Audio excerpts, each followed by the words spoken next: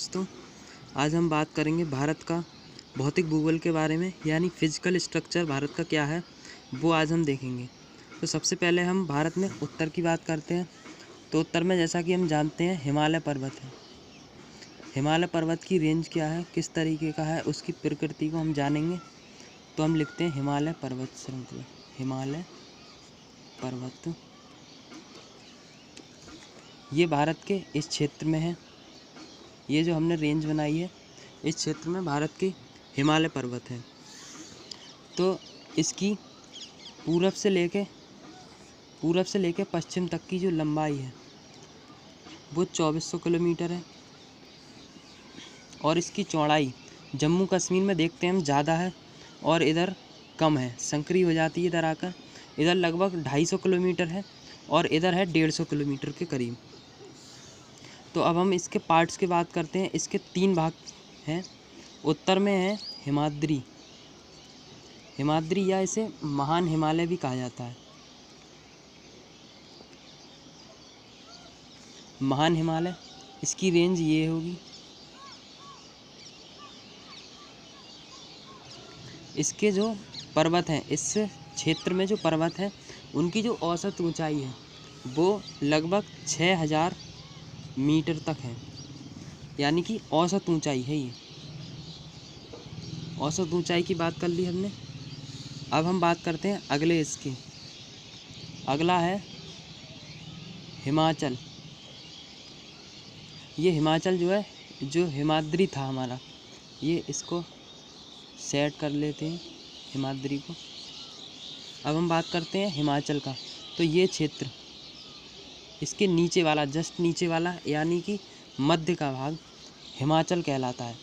जो सीधी लाइनों में सेट है इसे हम कहते हैं हिमाचल। इसकी जो औसत ऊंचाई है वो लगभग 4500 मीटर तक है। और इसी में आपका बड़े बड़े पहाड़ भी पाए जाते हैं, लेकिन हम औसत ऊंचाई की बात कर रहे हैं। औसत ऊंचाई इतनी ही है। K2 वगैरह ये हिमाचल में ही, हिमाचल जो इसका भाग है उसी में आते हैं। और कुछ भाग इसका इधर आकर हिमाचल प्रदेश में भी आता है। तो इसलिए हिमाचल प्रदेश का नाम हिमाचल प्रदेश पड़ा, क्योंकि ये हिमाचल का कुछ भाग, जो हिमालय पर्वत का एक पार्ट है, उसमें आता है। तो हिमाचल नाम जो है एक हिमालय पर्वत के एक भाग है, जो कि मध्यवर्ती भाग है। और अब हम तीसरे पार्ट की बात करते हैं। तो इसका नाम है शिवालिक श्रेणी। शिवालिक श्रेणी, इसमें बहुत ही कम ऊंचाई के पर्वत श्रृंखला है। ये जो सबसे नीचे वाली है इसे हम शिवालिक श्रेणी कहते हैं। शिवालिक श्रेणी, इसकी लगभग ऊंचाई, औसत ऊंचाई जो है 1500 मीटर तक है। 1500 मीटर तक पाई जाती है।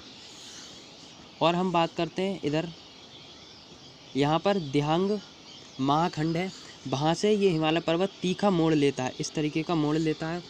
तो हम जानते हैं कि हिमालय पर्वत आया कहाँ से।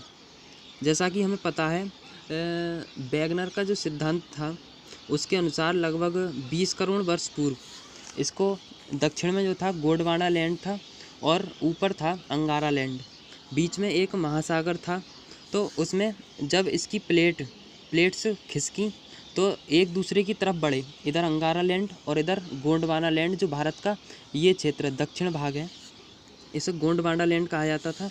तो जब ये एक दूसरे की तरफ बढ़ी तो बीच में सिकुड़न पैदा हुई महासागर में। और महासागर में जब सिकुड़न पैदा हुई तो वो भाग ऊपर उभर कर आने लगा। उसी से हमारा हिमालय पर्वत की निर्माण हुआ। ये पर्वत युवा बलित पर्वत है और आग्नेय शैलों से मिलकर बना हुआ है। अब हम, ये तो हमारा पहला पॉइंट हो गया। ए पॉइंट बात कर लेते हैं। अब बी, यानी कि इसके नीचे आते हैं। तो हम देखेंगे यहाँ पर आपका उत्तर में उत्तरी मैदान जो है, उत्तरी मैदान जिसे हम बिना सेट करे छोड़ देते हैं, उत्तरी मैदान दूसरा भाग है। पहला हिमालय पर्वत था, दूसरा उत्तरी मैदान है। इसकी जो लंबाई है वो भी लगभग 2400 किलोमीटर ही है। लगभग उसी के नीचे का क्षेत्र है, लगभग लंबाई तो सेम ही है। और चौड़ाई की बात करें तो वो भी लगभग सेम है, लगभग 150 से 300 किलोमीटर तक इसकी चौड़ाई है। अब ये बना कैसे, इसका निर्माण कैसे हुआ? हिमालय पर्वत में जो नदियाँ बहती हैं वहाँ से ये नदियाँ आईं और उत्तर मैदान में जो बंजर पड़ा हुआ था, तो जब हिमालय पर्वत बन चुका था यहाँ से नदियाँ आईं और बहाकर अपने साथ कंकड़ पत्थर वगैरह लेकर आईं हिमालय पर्वत से, और उससे इसका एक समतल मैदान का निर्माण किया उन नदियों ने। तो जब इस प्रकार से उत्तरी मैदान का निर्माण हो गया था। यहाँ पर नदियाँ हैं, इनको भी 3 भागों में बांट दिया गया है। इधर आपका पश्चिमी क्षेत्र, पूर्वी क्षेत्र और बीच में मध्यवर्ती भाग। ये वाला सिंधु नदी द्वारा बनाया गया है, बीच वाला गंगा का मैदान कहा जाता है और इधर वाला ब्रह्मपुत्र का मैदान कहा जाता है। पूर्वी भाग सिंधु का मैदान, गंगा का मैदान और इधर ब्रह्मपुत्र का मैदान, यानी कि सिंधु की सहायक नदियों से जो मैदान बना, कुछ क्षेत्र पाकिस्तान में भी आता है, उसे कहते हैं हम सिंधु का मैदान। और बीच में गंगा का मैदान है, जो गंगा की सहायक नदियाँ जैसे रामगंगा है और बाकी बहुत सारी नदियाँ हैं, यमुना है। इस तरीके की जो नदियाँ हैं यहाँ पर भारत, जो उत्तर भारत में बहती हैं, वो सब गंगा का मैदान कहलाती हैं। और पूरब में ब्रह्मपुत्र नदी, जैसा कि हम जानते हैं, हिमालय पर्वत के मानसरोवर से होती हुई यहाँ से ब्रह्मपुत्र इस प्रकार पूर्वी भाग से भारत में एंट्री करती है और अपने पानी से पूर्वी क्षेत्र को बनाती है। अब हमने यहाँ पर उत्तरी मैदान को भी देख लिया, उसके भी 4 भाग हैं, ठीक है। उसके 4 भाग हैं, जैसे सबसे पहला तराई है, भांवर है, खादर है, इस तरीके के पार्ट्स हैं इसके। तराई का मैदान होता है, जैसे हम शिवालिक से उतरेंगे तो उससे लगभग 20 किलोमीटर तक का जो भाग होता है उसे हम कहते हैं तराई का मैदान। फिर आता है भावर, उसका दक्षिणतम भाग है, फिर बांगड़, फिर उसके बाद खादर। खादर सबसे नीचे का भाग होता है इसका, इस तरीके का यहाँ पर जो होगा वो खादर भाग होगा। क्यों होगा? क्योंकि खादर उसे कहते हैं खाई, एक तरीके से खाई, यानी कि जब नदियाँ बहकर आईं तो सबसे लास्ट में यहीं पर आई होंगी, तो यहाँ पर सबसे गहरी क्षेत्र है और सबसे अधिक उपजाऊ क्षेत्र है, ठीक है।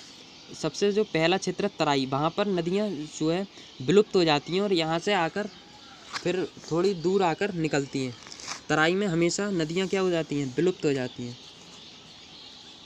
अब हम बात करते हैं अगले 30 अपने सी पॉइंट की।